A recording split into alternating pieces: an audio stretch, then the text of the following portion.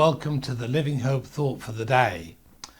Today's thought takes us into the minor prophet of Obadiah, whose name means servant of the Lord or worshipper of Yahweh.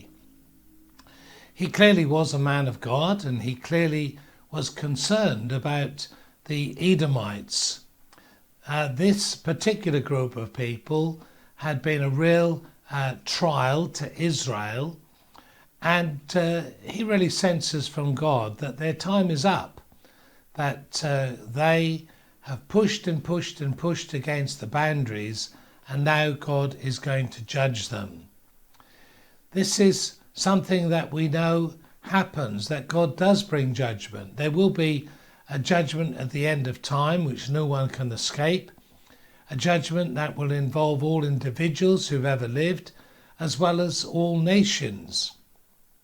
But we know that God's heart is for mercy, that judgment is not something that he likes to do or is eager to do, but he will bring judgment when judgment is necessary.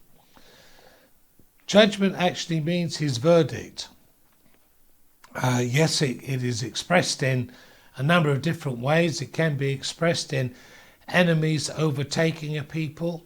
It can be expressed in famine. It can be expressed, obviously, ultimately, in eternal separation from him in hell.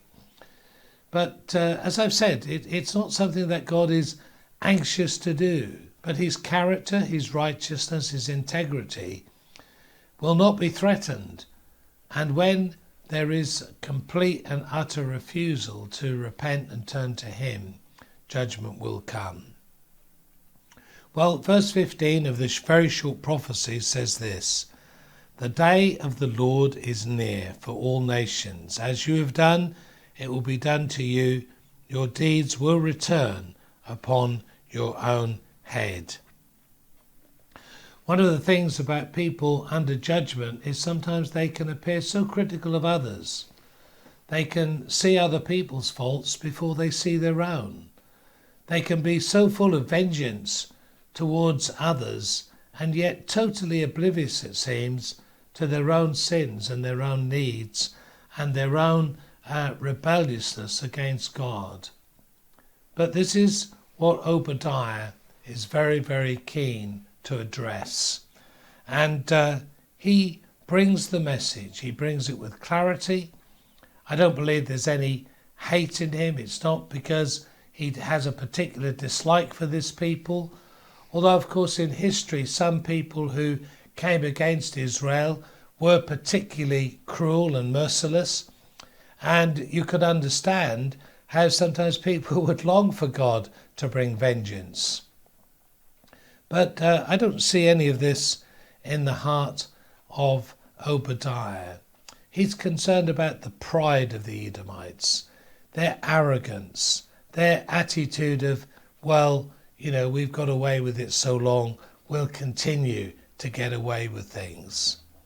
That's not pleasing to God. And Obadiah's sober task is to point out judgment is coming. God is going to bring vengeance. God is going to deal with this situation. And you've just ignored him, and you've ignored him at your peril. This is what this little prophecy is all about. What a role to be raised up for. I'm sure he'd love to have brought words of hope and words of comfort and words of exhortation. But he's one of those prophets who can only say, look, God's got to judge. Get ready.